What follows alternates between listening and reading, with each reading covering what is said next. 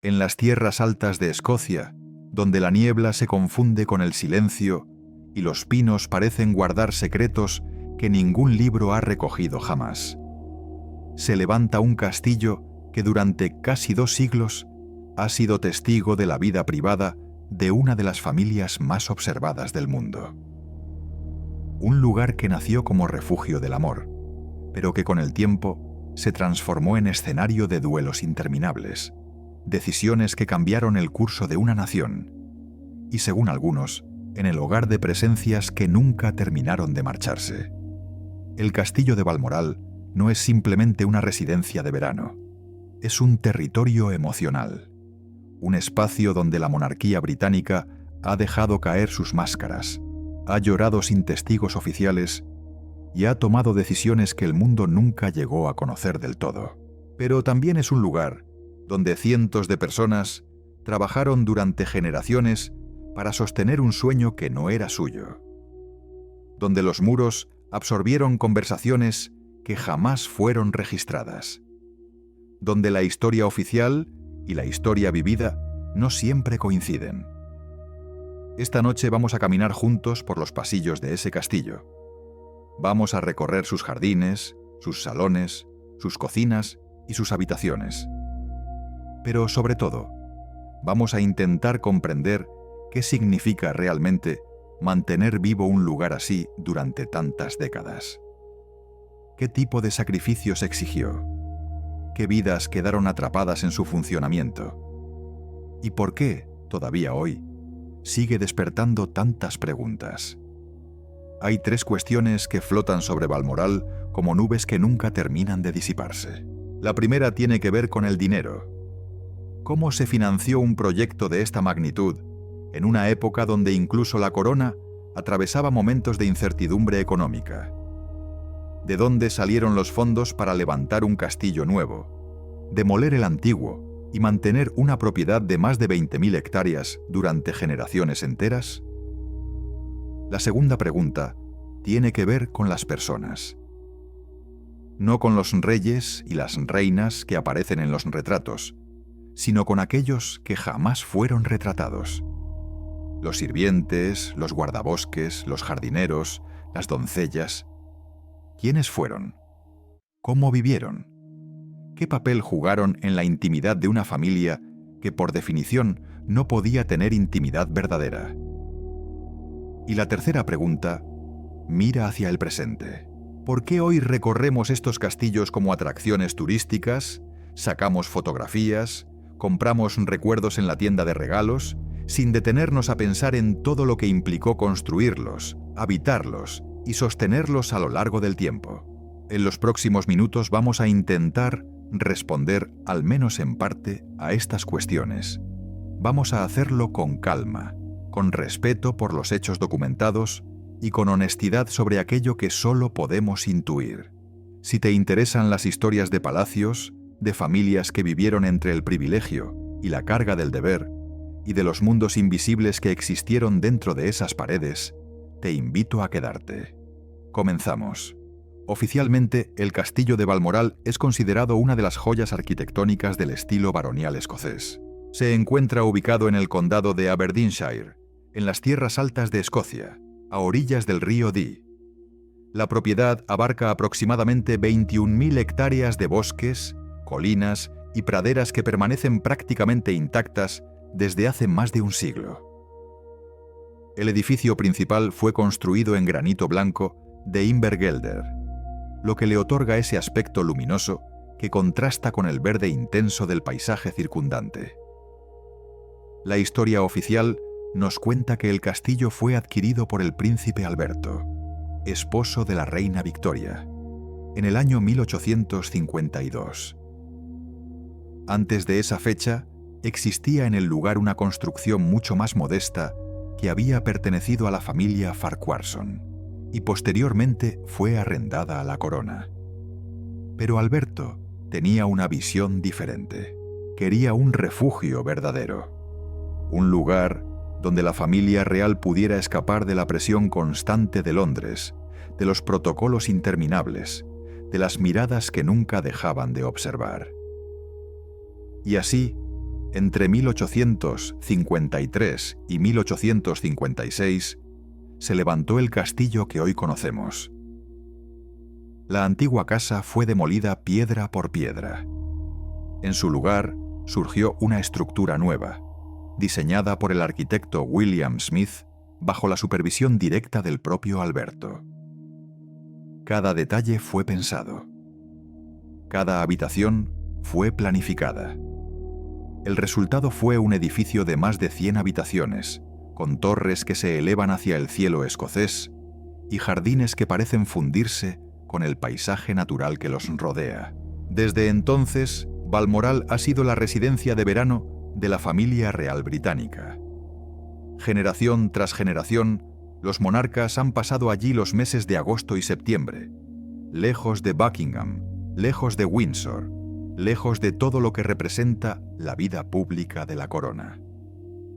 Es, en muchos sentidos, el único lugar donde la familia real ha podido comportarse como una familia. O al menos, eso es lo que sugiere la versión institucional. Pero toda gran construcción tiene una historia más amplia que rara vez aparece en los folletos. Detrás de las fotografías de paisajes idílicos y salones decorados con tártan, existe un relato mucho más complejo. Un relato que tiene que ver con el precio real de mantener un sueño de esta magnitud. Para entender Balmoral, primero hay que entender la época en la que fue concebido. Mediados del siglo XIX. El Imperio Británico se encontraba en plena expansión. La revolución industrial había transformado por completo la economía del país. Las grandes fortunas se multiplicaban, pero también lo hacían las desigualdades. Era una época de contrastes brutales. En las ciudades, los trabajadores vivían en condiciones que hoy consideraríamos inhumanas. En el campo, los terratenientes acumulaban tierras mientras los campesinos eran desplazados de sus hogares ancestrales. En ese contexto, la construcción de un castillo nuevo en Escocia no era un capricho aislado. Era parte de un movimiento más amplio. La aristocracia y la alta burguesía competían por demostrar su estatus a través de propiedades cada vez más impresionantes. Tener una casa en las tierras altas se había convertido en símbolo de refinamiento, de conexión con la naturaleza, de un cierto romanticismo que idealizaba el pasado medieval. Walter Scott había popularizado esa visión de Escocia en sus novelas. Y la propia reina Victoria, tras su primera visita a las Highlands en 1842, quedó completamente enamorada de ese paisaje. El príncipe Alberto compartía esa fascinación. Nacido en Alemania, en el ducado de Sajonia-Coburgo-Gotha, encontraba en las montañas escocesas algo que le recordaba a su tierra natal. Los bosques de pinos, el aire fresco, la sensación de estar lejos de todo. Para él, Balmoral no era solo una propiedad, era una forma de respirar. Pero transformar esa visión en realidad requería recursos. Muchos recursos. Y aquí es donde la historia comienza a volverse más interesante. La compra de Balmoral se realizó con fondos personales de la familia real. Es importante entender esta distinción.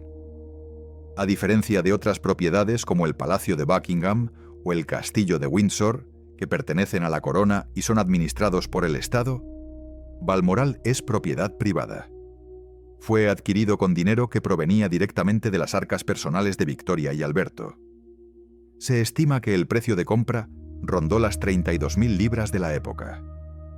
Para ponerlo en perspectiva, esa cantidad equivaldría hoy a varios millones de libras actuales. Pero la compra fue solo el comienzo. La demolición del castillo antiguo, la construcción del nuevo, el diseño de los jardines, la adquisición de tierras circundantes, todo eso multiplicó varias veces la inversión inicial. Algunos historiadores han señalado que una parte significativa de esos fondos provenía de las rentas del Ducado de Lancaster, una fuente de ingresos privada de la monarquía. Otros sugieren que también se utilizaron recursos provenientes de inversiones personales del príncipe Alberto, quien era conocido por su habilidad para administrar las finanzas familiares.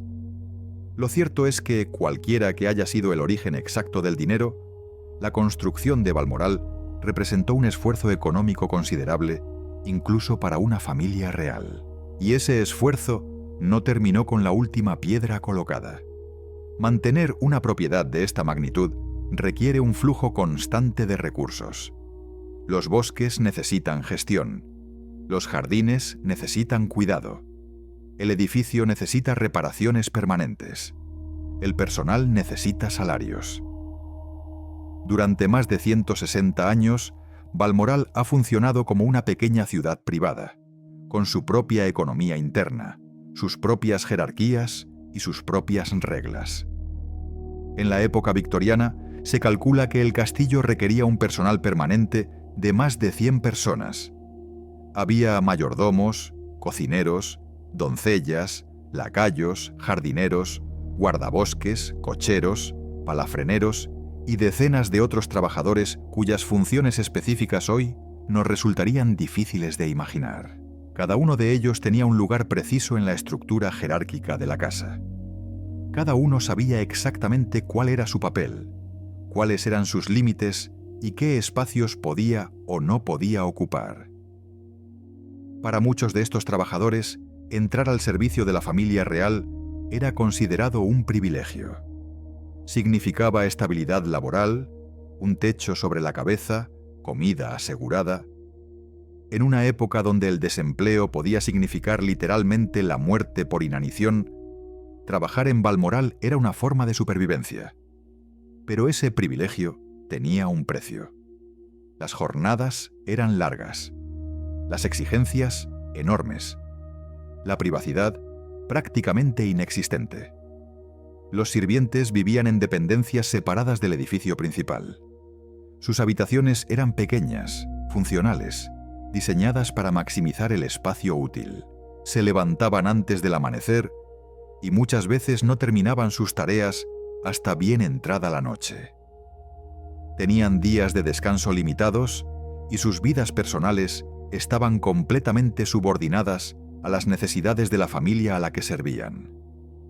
Es importante no romantizar esta realidad, pero tampoco demonizarla fuera de su contexto. El servicio doméstico era la norma en aquella época. Las grandes casas de toda Europa funcionaban de manera similar. Los trabajadores de Balmoral no estaban en una situación excepcional comparados con los de otras propiedades aristocráticas. Simplemente formaban parte de un sistema que hoy nos resulta ajeno, pero que durante siglos fue considerado perfectamente natural. Lo que sí resulta significativo es el contraste entre las vidas que se desarrollaban en paralelo dentro de los mismos muros. Mientras la familia real disfrutaba de paseos a caballo, cacerías en el bosque y cenas elegantes en los grandes salones, el personal trabajaba sin descanso para que todo funcionara con la precisión de un reloj. Dos mundos que compartían el mismo espacio físico, pero que rara vez se cruzaban de manera significativa. Y sin embargo, hubo excepciones. Hubo momentos en los que las barreras se difuminaron. Hubo relaciones que trascendieron las categorías establecidas. Y es precisamente en esas excepciones donde la historia de Balmoral se vuelve verdaderamente fascinante. Uno de los episodios más comentados en la historia del castillo tiene que ver con la relación entre la reina Victoria y un hombre llamado John Brown. Brown era un gillie, un término escocés que designa a los sirvientes encargados de asistir a los señores durante las actividades de caza y pesca. Había nacido en una familia humilde de la zona y comenzó a trabajar en Balmoral cuando era apenas un adolescente. Con el tiempo, Brown se convirtió en el sirviente personal de la reina Victoria.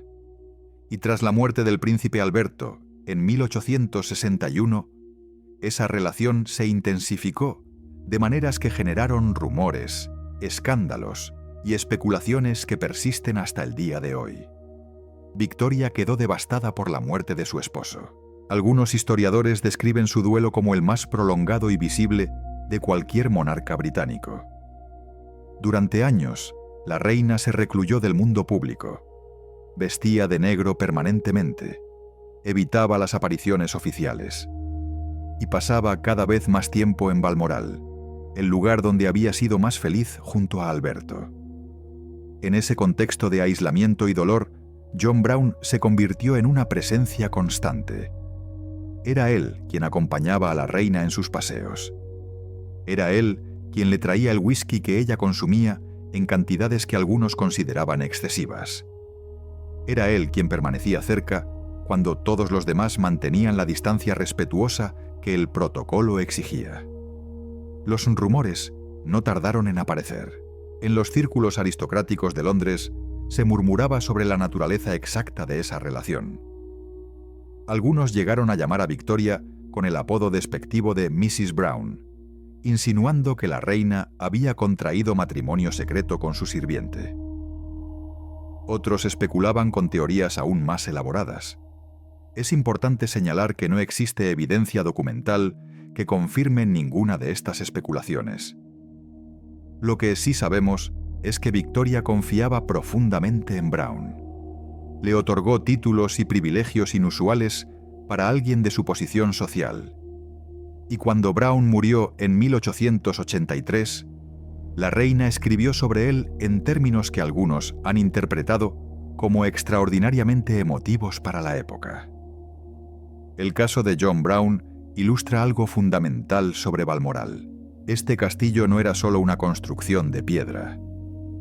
Era un espacio donde las reglas habituales de la corte se relajaban ligeramente, donde la distancia entre amos y sirvientes podía, en ocasiones muy específicas, reducirse, donde la familia real intentaba vivir algo parecido a una vida normal, aunque esa normalidad estuviera siempre mediada por el privilegio y el protocolo.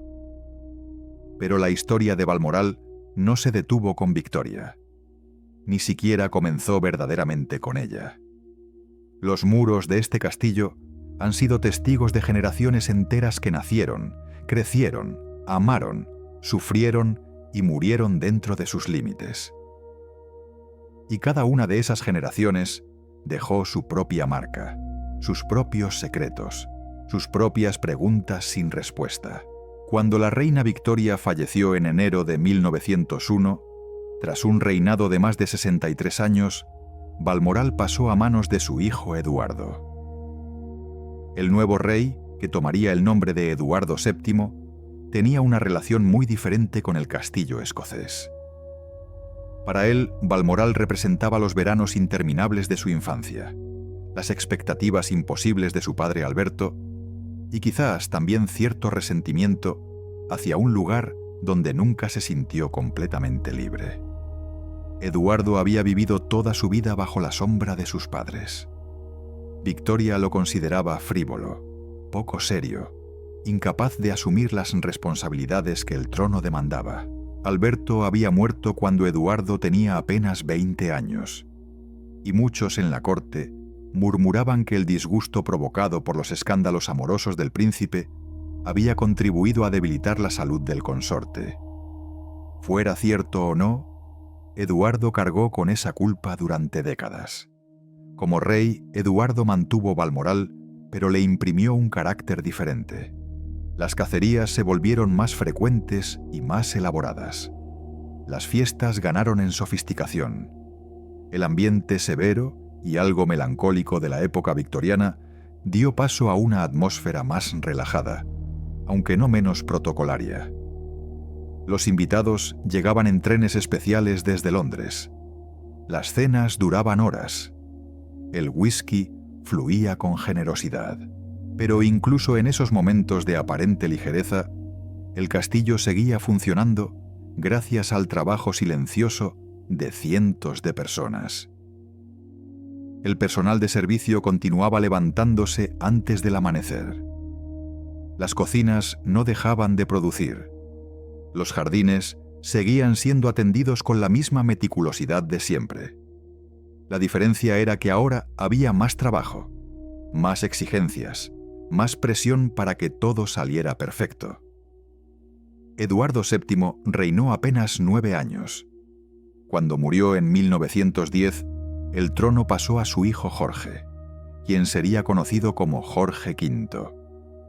Y con Jorge llegó una nueva era para Balmoral, una era marcada por acontecimientos que transformarían para siempre el mundo que la familia real había conocido.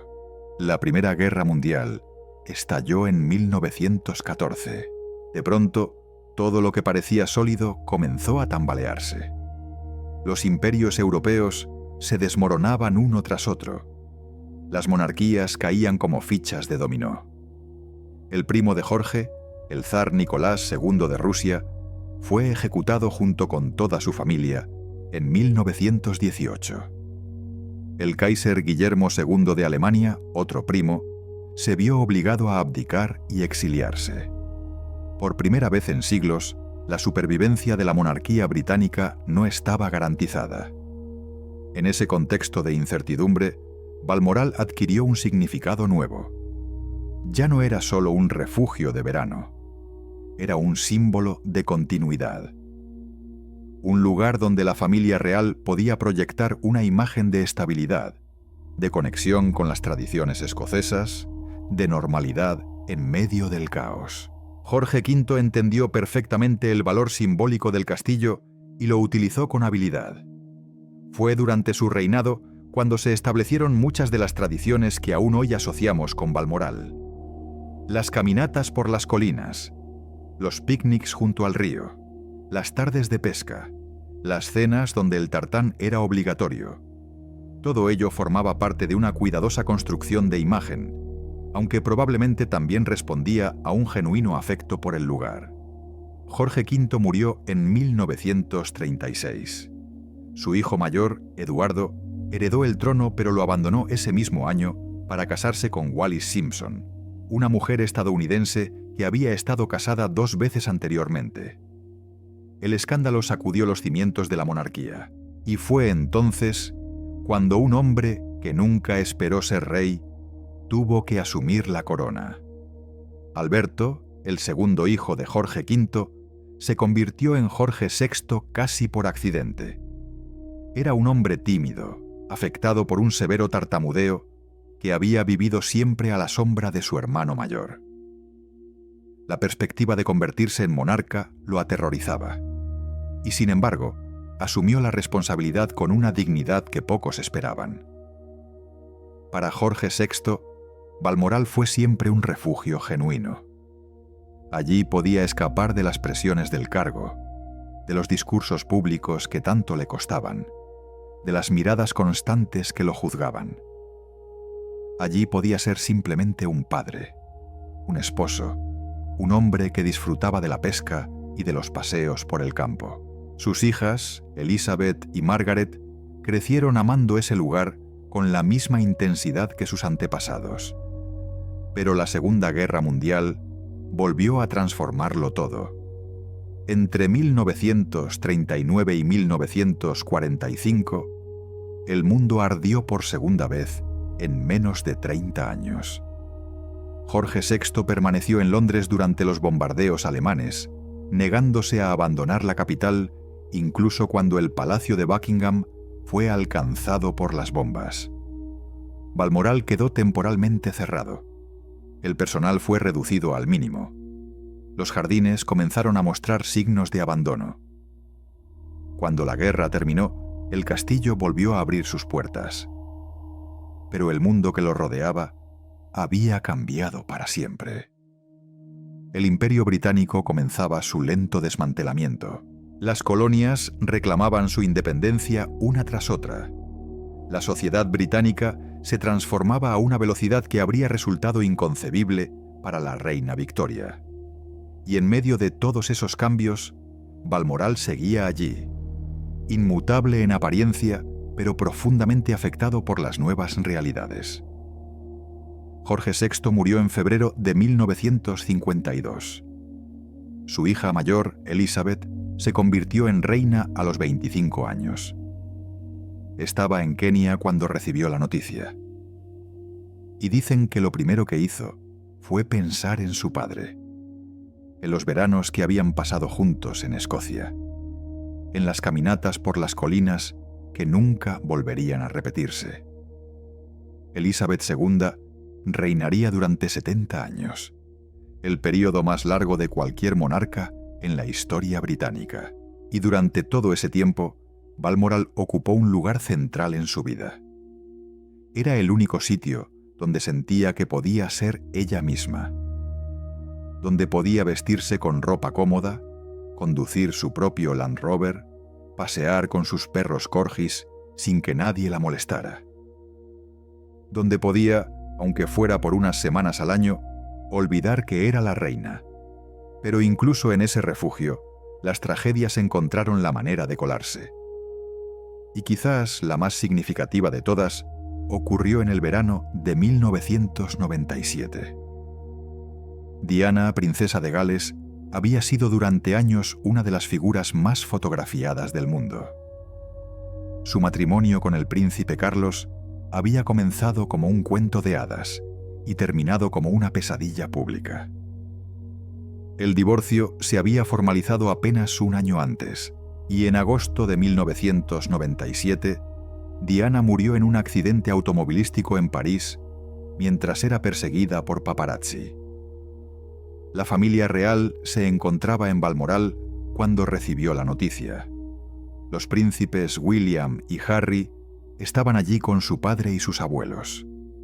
Tenían 15 y 12 años respectivamente. Y de pronto, en medio de ese paisaje que siempre había representado paz y normalidad, tuvieron que enfrentarse a la pérdida de su madre. Lo que ocurrió en los días siguientes sigue siendo objeto de debate hasta el día de hoy. La familia real permaneció en Balmoral mientras el mundo esperaba una respuesta. Londres se llenaba de flores, la gente lloraba en las calles, y el silencio de la corona era interpretado por muchos como frialdad, como indiferencia, como una demostración de que la institución importaba más que las personas. Es difícil saber exactamente qué sucedió dentro de esos muros durante aquellos días. Algunos relatos sugieren que la reina consideraba que su deber principal era proteger a sus nietos del escrutinio público, mantenerlos alejados del circo mediático que se había desatado en la capital. Otros sugieren que simplemente no supo cómo reaccionar ante una situación sin precedentes, que los protocolos establecidos no contemplaban una crisis de esa magnitud. Lo cierto es que, cuando finalmente la reina regresó a Londres y pronunció un discurso televisado sobre Diana, muchos sintieron que había llegado demasiado tarde. La imagen de la monarquía quedó dañada de una manera que tardaría años en repararse. Y Balmoral, el refugio perfecto, quedó asociado para siempre con aquel silencio que tantos interpretaron como abandono. Pero el castillo también fue escenario de momentos menos dramáticos y más reveladores de la vida cotidiana de la familia real. Es allí donde, según múltiples testimonios, la reina sometía a sus posibles nuevos miembros a lo que informalmente se conocía como la prueba de Balmoral. Cuando alguno de sus hijos o nietos presentaba una pareja seria, esa persona era invitada a pasar unos días en el castillo. Y durante esa estancia, la familia observaba cuidadosamente cómo se comportaba. ¿Se adaptaba a las rutinas de la casa? ¿Participaba con entusiasmo en las caminatas y las actividades al aire libre? ¿Sabía manejar las largas cenas formales sin cometer errores de protocolo? ¿Se mostraba cómoda en un entorno donde las jerarquías eran rígidas y las expectativas altísimas? Se dice que Diana pasó esa prueba con facilidad. Era joven, aristocrática, parecía perfectamente adaptada al mundo de la alta sociedad británica. Lo que nadie anticipó fue que esa aparente adaptación escondía fisuras profundas que con el tiempo se convertirían en abismos. Años después, cuando el príncipe William presentó a Catherine Middleton, la dinámica se repitió. Catherine, que provenía de una familia de clase media acomodada, demostró una habilidad notable para navegar las complejidades de Balmoral. Aprendió a disparar, participó en las cacerías, se mostró resiliente ante las largas jornadas al aire libre. y fue aceptada. El caso de Meghan Markle, décadas después, resultó mucho más complicado. Las diferencias culturales, las expectativas no cumplidas, las tensiones que eventualmente llevarían a la ruptura con la familia real, todo ello se gestó en parte durante aquellas visitas a Escocia. Aunque, como siempre ocurre con la familia real, es imposible saber con certeza qué sucedió realmente y qué es simplemente especulación mediática. Lo que sí podemos afirmar es que Balmoral funcionaba como una especie de filtro, un mecanismo de selección que determinaba quién podía o no formar parte del círculo más íntimo. Y ese mecanismo, como tantas otras cosas en la monarquía, operaba de maneras que rara vez eran explícitas, pero que todos los involucrados comprendían perfectamente. Mientras tanto, el castillo seguía requiriendo un esfuerzo constante para mantenerse en funcionamiento. A lo largo del siglo XX, las condiciones laborales del personal fueron mejorando gradualmente. Los horarios se volvieron menos extremos. Los salarios aumentaron. Las habitaciones de los sirvientes fueron renovadas. Pero la estructura básica permaneció igual. Seguía habiendo una clara división entre los espacios de la familia y los espacios del servicio. Seguía habiendo jerarquías rígidas entre el personal. Seguía habiendo una expectativa de discreción absoluta que impedía a los trabajadores hablar públicamente sobre lo que veían u oían. Algunos exempleados han roto ese silencio a lo largo de los años, ofreciendo testimonios que nos permiten vislumbrar la realidad cotidiana de Balmoral. Hablan de jornadas que comenzaban a las 6 de la mañana y terminaban a las 11 de la noche. Hablan de reglas estrictas sobre cómo dirigirse a los miembros de la familia, qué puertas usar, dónde mirar y dónde no mirar. Hablan de una atmósfera donde la tensión latente convivía con momentos de genuina calidez. Uno de los detalles más curiosos que han trascendido tiene que ver con las comidas.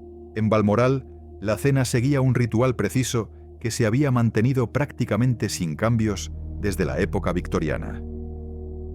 Los invitados debían vestirse formalmente, con los hombres usando kilts y las mujeres luciendo vestidos largos. La conversación seguía patrones establecidos, y cuando la reina terminaba de comer, todos los demás debían dejar sus cubiertos, independientemente de si habían terminado o no.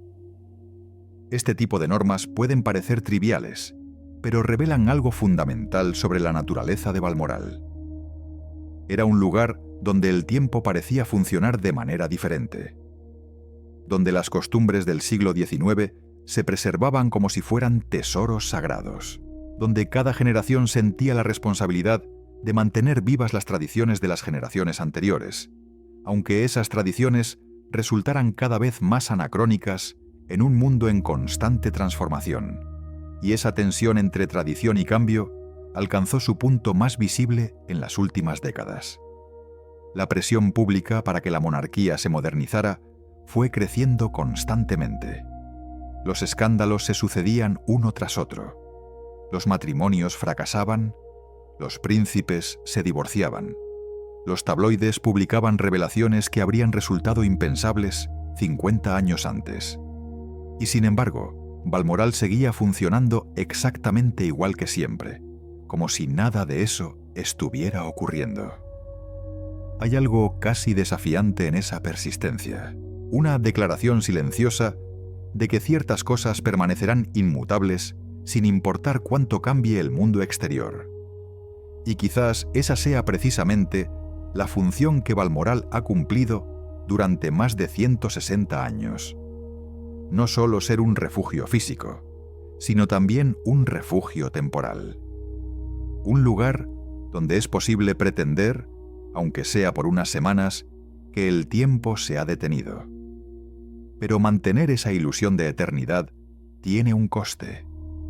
Un coste que no siempre es visible para quienes visitan el castillo como turistas o lo contemplan desde lejos en las fotografías de las revistas. Porque detrás de cada piedra de Balmoral hay una historia de esfuerzo, de recursos invertidos, de decisiones que debieron tomarse generación tras generación para que el lugar siguiera existiendo tal como lo conocemos. Cuando hablamos del mantenimiento de una propiedad de esta magnitud, las cifras resultan difíciles de comprender para quienes estamos acostumbrados a pensar en términos de casas normales. 21.000 hectáreas de terreno significan kilómetros y kilómetros de cercas que deben repararse constantemente. Significan bosques que requieren gestión profesional para prevenir incendios, plagas y enfermedades. Significan ríos cuyo cauce debe vigilarse para evitar inundaciones. Significan caminos que el invierno escocés destruye cada año y que cada primavera deben reconstruirse. El edificio principal, con sus más de 100 habitaciones, demanda un cuidado permanente. El granito blanco de las fachadas necesita limpieza y tratamiento para resistir la humedad constante del clima escocés. Las ventanas, muchas de ellas originales del siglo XIX, deben restaurarse con técnicas especializadas que preserven su carácter histórico. Los tejados requieren revisiones frecuentes. Las instalaciones de fontanería y electricidad, añadidas mucho después de la construcción original, necesitan actualizaciones constantes para cumplir con las normativas modernas sin alterar la estructura histórica. Y luego están los jardines. Balmoral cuenta con jardines formales que fueron diseñados siguiendo patrones victorianos muy específicos. Mantenerlos implica un trabajo constante que no se detiene nunca. Hay que podar, plantar, abonar, proteger las plantas del frío extremo del invierno, combatir las plagas, reemplazar los ejemplares que mueren. Todo ello siguiendo patrones estéticos que deben respetar el diseño original, lo que limita enormemente las opciones disponibles. Algunos informes sugieren que el coste anual de mantener Balmoral supera los 3 millones de libras. Otros cálculos elevan esa cifra considerablemente cuando se incluyen todos los gastos indirectos. Lo cierto es que, sea cual sea la cantidad exacta, estamos hablando de sumas que resultarían prohibitivas para cualquier familia normal. Y eso plantea una pregunta incómoda que rara vez se formula en voz alta. ¿Tiene sentido económico mantener un lugar así? ¿Quién paga realmente por ese mantenimiento? ¿Y qué alternativas existirían si la familia real decidiera que ya no puede o no quiere seguir haciéndolo? La respuesta a estas preguntas es más compleja de lo que podría parecer. Como mencionamos anteriormente, Balmoral es propiedad privada de la familia real, no del Estado británico. Esto significa que, en teoría, los costes de mantenimiento corren por cuenta de la propia familia. Los fondos provienen principalmente del Ducado de Lancaster, una cartera de propiedades y activos financieros cuyos beneficios corresponden al monarca reinante. Pero la distinción entre dinero público y dinero privado se vuelve borrosa cuando hablamos de la monarquía. El Ducado de Lancaster existe porque existe la monarquía. Sus propiedades fueron acumuladas a lo largo de siglos gracias al poder político de la corona. Y aunque técnicamente los beneficios son privados, su origen último está vinculado a la historia del Estado británico de maneras que resultan difíciles de desentrañar por completo. Además, Balmoral genera ciertos ingresos propios. Desde hace algunas décadas, partes de la propiedad están abiertas al público durante los meses en que la familia real no está en residencia. Los visitantes pueden recorrer los jardines, visitar algunas dependencias auxiliares y comprar productos locales en la tienda del castillo. También se alquilan cabañas dentro de la finca para turistas que buscan una experiencia exclusiva en las tierras altas. Todo ello contribuye a compensar parcialmente los gastos de mantenimiento. Pero el turismo trae consigo sus propias contradicciones. Convertir un refugio privado en atracción pública implica abrir las puertas a miradas que durante siglos fueron cuidadosamente excluidas.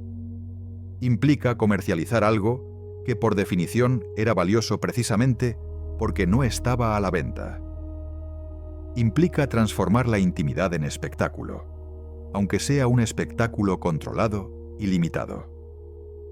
Cuando caminamos por los jardines de Balmoral como turistas, estamos participando de una experiencia cuidadosamente diseñada. Vemos lo que nos quieren mostrar. recorremos los senderos que han sido preparados para nosotros. Compramos recuerdos que refuerzan una narrativa específica sobre la familia real y su relación con este lugar. Y rara vez nos detenemos a pensar en todo lo que queda fuera de nuestra vista. Las habitaciones cerradas, los archivos sellados, las historias que nunca se contarán. Esta tensión entre lo público y lo privado es quizás la más definitoria de Balmoral en la era contemporánea. El castillo existe en un limbo extraño. Es lo suficientemente privado como para que la familia real lo considere su verdadero hogar. Pero es lo suficientemente público como para que millones de personas sientan que tienen derecho a saber qué ocurre dentro de sus muros. Y esa contradicción genera fricciones constantes que han marcado las últimas décadas de su historia. Los medios de comunicación han jugado un papel fundamental en esta dinámica. Desde la época de la reina Victoria, cuando los primeros fotógrafos comenzaron a capturar imágenes de la familia real en Escocia, hasta la era actual de las redes sociales y los drones, la tecnología ha ido reduciendo progresivamente los espacios de privacidad disponibles. Hoy en día, cualquier movimiento dentro de la propiedad puede ser potencialmente captado, difundido y comentado por millones de personas en cuestión de minutos. La familia real ha respondido a esta presión de maneras diversas. Por un lado, ha intentado controlar la narrativa mediante comunicados oficiales, apariciones calculadas y una gestión profesional de su imagen pública. Por otro lado, ha mantenido ciertas áreas de Balmoral completamente vedadas al escrutinio exterior, creando zonas donde todavía es posible algo parecido a la intimidad. Pero esa intimidad, cuando existe, está siempre amenazada. Los exempleados que deciden hablar, los familiares distanciados que escriben memorias, los periodistas que investigan durante años para reconstruir episodios que la familia preferiría mantener en silencio. Todo ello contribuye a erosionar lentamente los muros que separaban lo público de lo privado. El caso más dramático de esta erosión fue, sin duda, la entrevista que el príncipe Harry y Meghan Markle concedieron a Oprah Winfrey en marzo de 2021. Durante más de 2 horas, la pareja habló públicamente sobre su experiencia dentro de la familia real, y aunque Balmoral no fue el centro de la conversación, las implicaciones de lo que dijeron afectaban directamente a todo lo que ese castillo representaba. Hablaron de aislamiento, de protocolos asfixiantes, de una institución que, según ellos, priorizaba su propia supervivencia por encima del bienestar de las personas que la componían. Hablaron de racismo, de falta de apoyo ante problemas de salud mental, de una cultura del silencio que impedía abordar los conflictos de manera saludable. Y aunque muchos cuestionaron la veracidad o la imparcialidad de sus afirmaciones, lo cierto es que abrieron un debate público sobre la naturaleza misma de la monarquía británica. Balmoral quedó inevitablemente salpicado por ese debate. Si las acusaciones eran ciertas, entonces el refugio idílico que la familia proyectaba no era tal. Era, en el mejor de los casos, una fachada. En el peor, una prisión dorada donde las apariencias importaban más que las personas. Y aunque la familia real nunca respondió públicamente a las acusaciones de manera detallada, el daño a su imagen fue considerable. Es importante señalar que no disponemos de evidencia independiente que permita confirmar o desmentir muchas de las afirmaciones realizadas en aquella entrevista. Lo que sí podemos observar es que generaron una conversación que antes resultaba impensable. Por primera vez, millones de personas se preguntaron en voz alta si la vida dentro de la monarquía era realmente deseable. Si el privilegio compensaba las restricciones, si los castillos y los títulos valían lo que costaban en términos humanos. Y esa pregunta nos lleva de vuelta al tema central de esta historia. ¿Qué significa realmente mantener un lugar como Balmoral? No solo en términos económicos, sino en términos humanos. ¿Qué sacrificios exige? ¿Qué libertades limita? ¿Qué posibilidades cierra? Para intentar responder, quizás convenga alejarnos momentáneamente de la familia real y pensar en todas las otras personas cuyas vidas han estado vinculadas a este castillo. Los trabajadores de los que hablamos antes, pero también sus familias, sus hijos que crecieron en las aldeas cercanas, sabiendo que su futuro probablemente estaría ligado a la propiedad. Sus nietos que quizás emigraron a las ciudades buscando oportunidades diferentes. Generaciones enteras cuya existencia giró, de una manera u otra, alrededor de esos muros de granito blanco. En las tierras altas de Escocia, la relación entre los grandes terratenientes y las comunidades locales tiene una historia larga y a menudo dolorosa. Durante el siglo XIX, miles de familias fueron expulsadas de sus tierras ancestrales en lo que se conoce como las Highland Clearances. Los propietarios, muchos de ellos aristócratas que habían adquirido enormes extensiones de terreno, decidieron que era más rentable dedicar esas tierras a la cría de ovejas que permitir que los campesinos siguieran viviendo en ellas. Es importante aclarar que no existe evidencia de que la familia real participara directamente en esas expulsiones. Cuando adquirieron Balmoral, las Clearances ya habían devastado amplias zonas de las Highlands. Pero la propiedad que compraron formaba parte de un paisaje que había sido profundamente transformado por esos procesos. Los bosques vacíos, las colinas deshabitadas, esa sensación de soledad majestuosa que tanto atraía a Victoria y Alberto. Todo ello era en parte resultado de una tragedia humana que había vaciado el territorio de sus habitantes originales. Esto no significa que debamos culpar a la familia real por acontecimientos que precedieron su llegada. Pero sí nos invita a reflexionar sobre las capas de historia que se acumulan bajo cualquier paisaje aparentemente natural.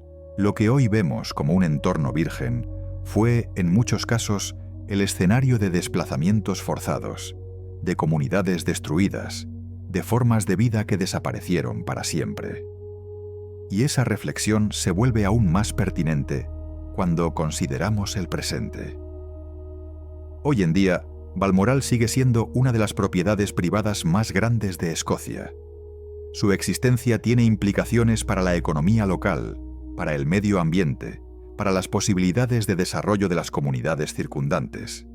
Las decisiones que se toman dentro de esos muros afectan a personas que nunca pondrán un pie en el castillo, pero cuyas vidas están inevitablemente vinculadas a él. Algunos argumentan que propiedades como Balmoral generan empleo y atraen turismo, beneficiando así a toda la región.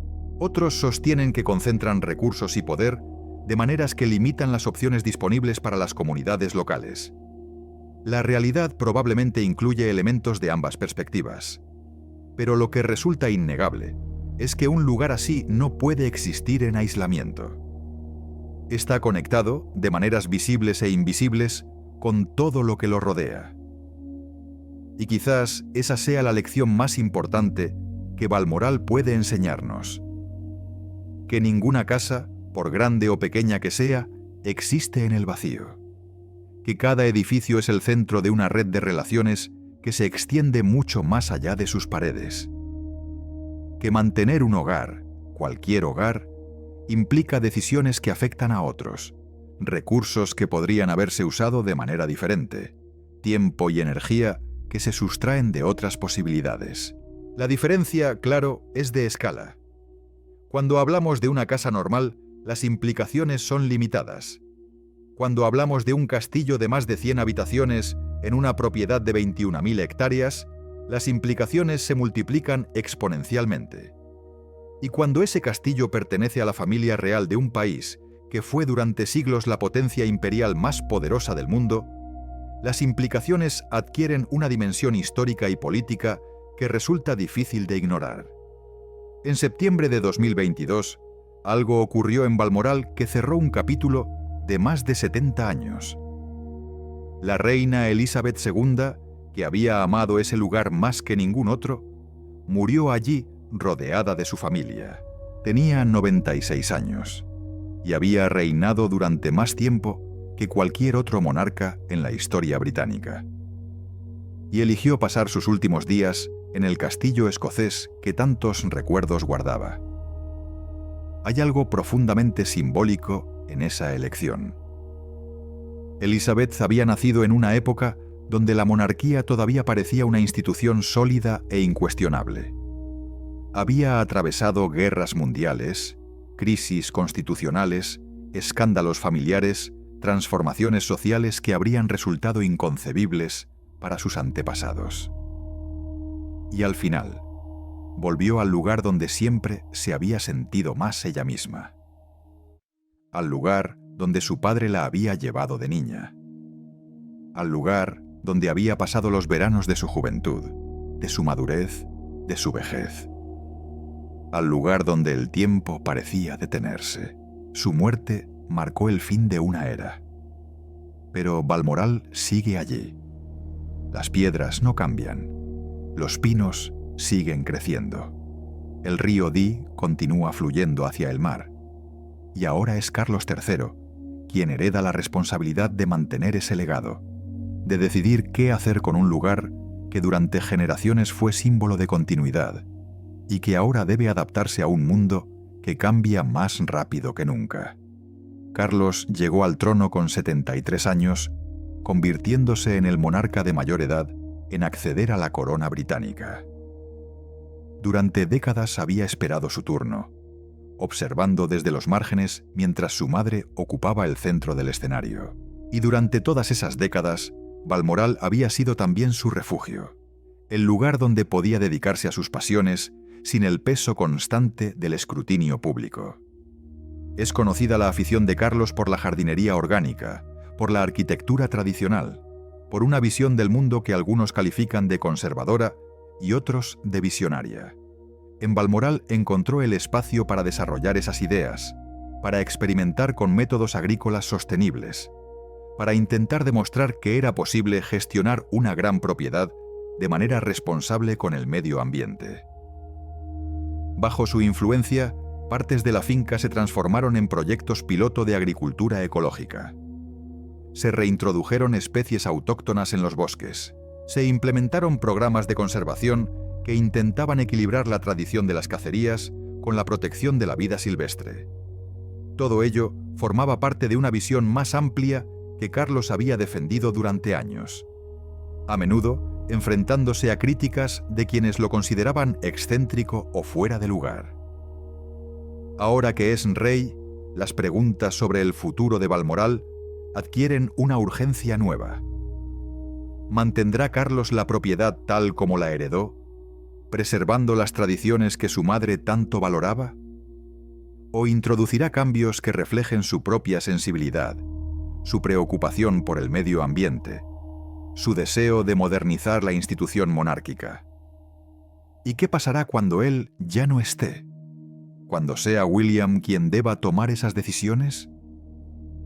Estas preguntas no tienen respuestas fáciles.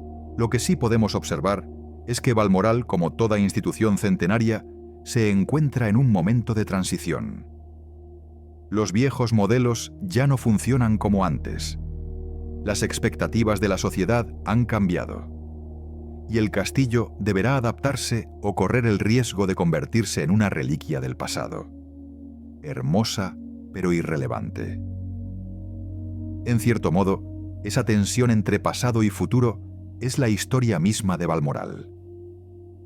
Desde su construcción, el castillo ha sido un intento de congelar el tiempo, de crear un espacio donde las viejas formas de vida pudieran preservarse intactas. Pero el tiempo nunca se detiene realmente. Fluye alrededor de los muros más sólidos, se cuela por las grietas más pequeñas, transforma todo lo que toca, aunque tardemos en darnos cuenta. Los visitantes que hoy recorren los jardines de Balmoral durante los meses de verano probablemente no piensan en nada de esto. Vienen buscando algo más simple, una conexión con la historia, un vistazo a cómo vive la familia real. una experiencia que puedan fotografiar y compartir en sus redes sociales, un recuerdo que comprar en la tienda antes de marcharse. Y no hay nada malo en eso. El turismo cultural cumple una función importante. Permite que lugares que de otro modo serían inaccesibles puedan ser disfrutados por miles de personas. Genera ingresos que contribuyen a su mantenimiento.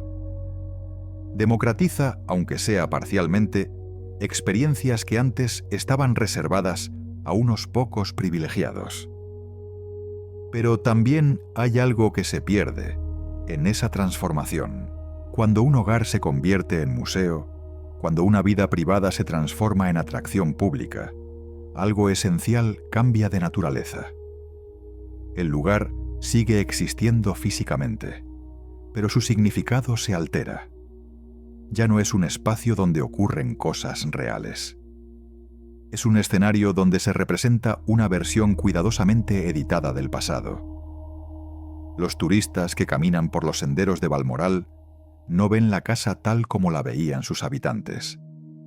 Ven una interpretación, una narrativa construida para su consumo. Las habitaciones que se muestran han sido preparadas para la visita. Los objetos que se exhiben han sido seleccionados por su valor representativo. Las historias que se cuentan han sido filtradas para eliminar todo lo que pudiera resultar incómodo o contradictorio. Esto no es exclusivo de Balmoral, por supuesto. Ocurre en todos los palacios, castillos y mansiones históricas que se han abierto al público. Es parte inevitable del proceso de conversión de un espacio privado en patrimonio cultural. Pero vale la pena ser conscientes de ello. Cuando visitamos estos lugares, estamos participando de una ficción consensuada. Una ficción útil, quizás incluso necesaria, pero ficción al fin y al cabo. Y sin embargo, algo de la realidad original persiste. Los muros que vemos son los mismos que vieron Victoria y Alberto. El paisaje que contemplamos es esencialmente el mismo que contemplaron generaciones de monarcas. El río Dee sigue fluyendo por el mismo cauce. Los pinos siguen creciendo en las mismas laderas. Hay una continuidad material que trasciende las narrativas cambiantes, que sobrevive a las modas interpretativas, que permanece cuando todo lo demás se ha transformado. Quizás sea eso lo que realmente nos atrae de lugares como Balmoral. No las historias de reyes y reinas, no los escándalos y los secretos, no las especulaciones sobre lo que ocurrió o dejó de ocurrir entre esas paredes, sino la simple persistencia de las piedras.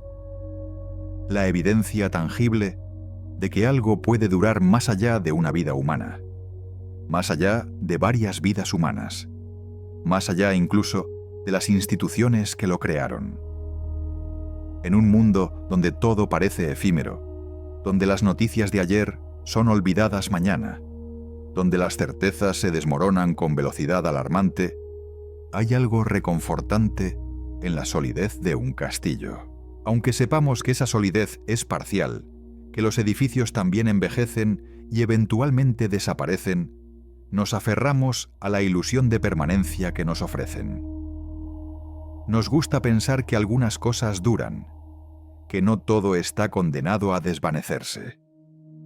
Y quizás esa sea la razón última por la que seguimos visitando estos lugares, por la que seguimos interesándonos en sus historias, por la que documentales como este encuentran audiencia. No buscamos solo información sobre el pasado. Buscamos algo más profundo. Una conexión con la continuidad. Una prueba de que es posible construir algo que sobreviva a quien lo construyó.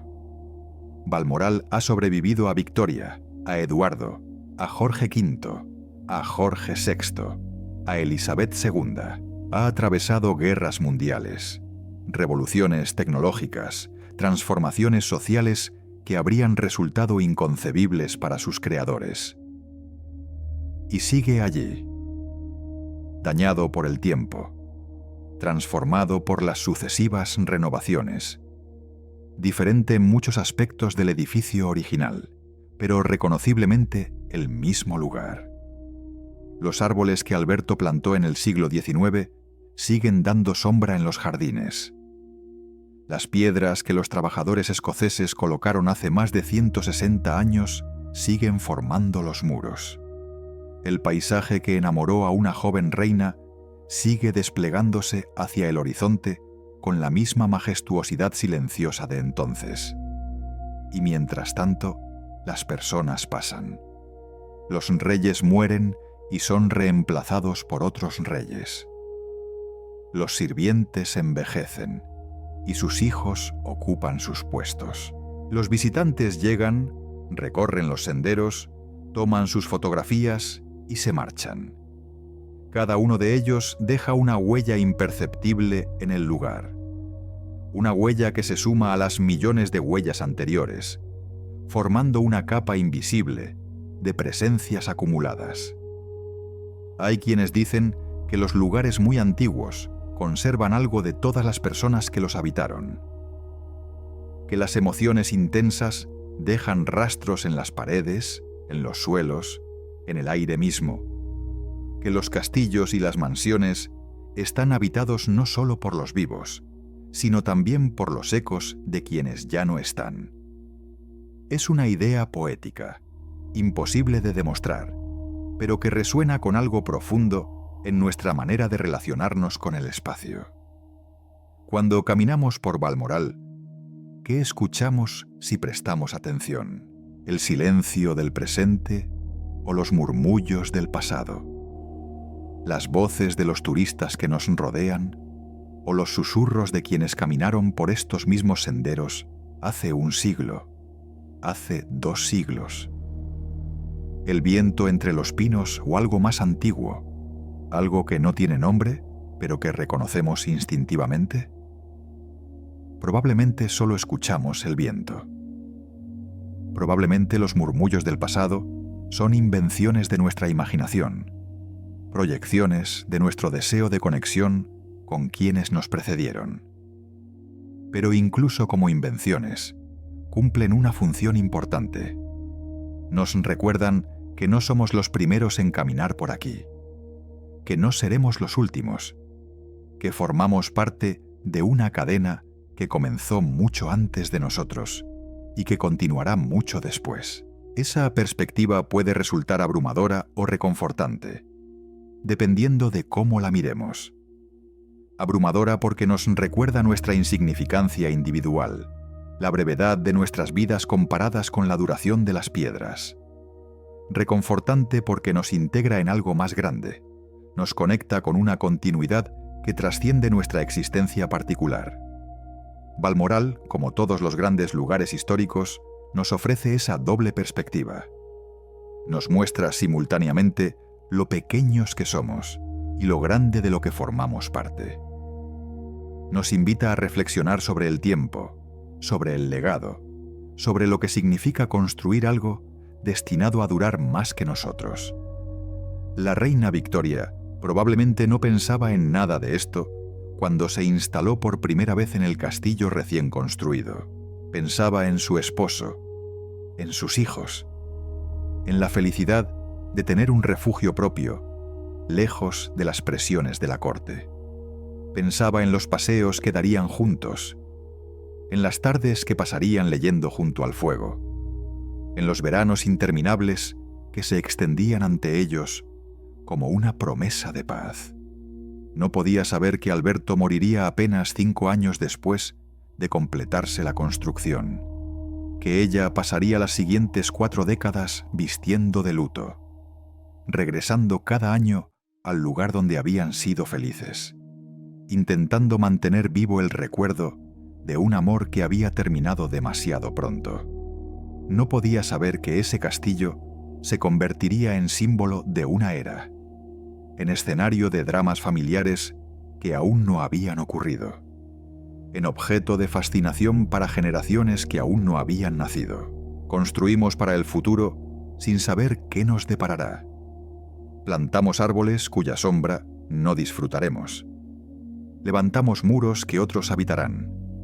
Y en esa generosidad involuntaria, en ese regalo que hacemos a quienes vendrán después, hay algo profundamente humano. Algo que nos define como especie. Algo que nos conecta con todos los que construyeron antes que nosotros y con todos los que construirán después. Balmoral no fue un monstruo ni una víctima. No fue solo un símbolo de privilegio ni solo un hogar familiar. Fue, y sigue siendo, todas esas cosas a la vez. Fue el resultado de una época, de una forma de entender el poder, la riqueza y el legado. Fue el sueño de un príncipe alemán que encontró en Escocia algo que le recordaba a su tierra natal. Fue el refugio de una reina que amó y perdió y siguió adelante. Fue el escenario de decisiones que cambiaron el rumbo de una nación. Fue el lugar de trabajo de miles de personas cuyos nombres nunca conoceremos. Y hoy es un destino turístico, un patrimonio cultural, un símbolo que significa cosas diferentes para personas diferentes. Para algunos representa la gloria de la monarquía británica. Para otros, los excesos de una clase privilegiada. Para muchos, simplemente un lugar hermoso que merece ser visitado, fotografiado y recordado. Todas esas interpretaciones son válidas. Ninguna agota el significado del lugar. Porque los lugares, como las personas, son demasiado complejos para ser reducidos a una sola historia. Contienen multitudes, albergan contradicciones, se resisten a las explicaciones simples. Lo que sí podemos decir con certeza es que Balmoral seguirá allí cuando nosotros ya no estemos. Las piedras seguirán en su sitio. Los pinos seguirán creciendo. El río Dee seguirá fluyendo hacia el Mar del Norte. Y nuevas generaciones vendrán a caminar por estos senderos, a preguntarse quiénes vivieron aquí, a imaginar cómo habrán sido sus vidas. Les dejaremos nuestras historias, nuestras interpretaciones, nuestros documentales. Ellos las tomarán y las transformarán según sus propias necesidades, sus propias preguntas, sus propias formas de entender el mundo. Y así seguirá el ciclo, como ha seguido durante siglos, como seguirá durante siglos más. Las casas sobreviven a las personas. Los castillos sobreviven a los reyes. Y quizás por eso nos fascinan tanto. Porque nos recuerdan lo efímero que es todo lo demás. Porque nos ofrecen una ilusión de permanencia en un mundo donde nada permanece. Porque nos permiten imaginar que algo de nosotros, aunque sea solo el recuerdo de haber estado allí, durará más allá de nuestra propia existencia. Esta noche hemos caminado juntos por los pasillos de Balmoral. Hemos recorrido su historia documentada y reflexionado sobre lo que representa. Hemos intentado ver más allá de la versión oficial, sin caer en acusaciones sin fundamento. Hemos escuchado los ecos del pasado sin pretender que podemos oírlos con claridad. Ahora el castillo vuelve al silencio. Las luces se apagan en los salones. El viento sopla entre los pinos como ha soplado durante siglos. Y mañana, cuando amanezca sobre las tierras altas de Escocia, Balmoral seguirá allí, esperando a los visitantes del verano, guardando los secretos del invierno, siendo simplemente lo que siempre ha sido: un refugio, un símbolo, un lugar donde el tiempo parece detenerse, aunque sepamos que nunca lo hace. Gracias por acompañarnos en este recorrido. Cierra los ojos si lo deseas. Deja que las imágenes del castillo se vayan difuminando lentamente. Y cuando el sueño llegue, quizás sueñes con piedras antiguas, con bosques silenciosos, con ríos que fluyen hacia el mar. Quizás sueñes con todas las personas que caminaron por esos senderos antes que nosotros. Quizás sueñes con nada en particular, solo con la paz que a veces encontramos en los lugares que han sabido durar. Descansa.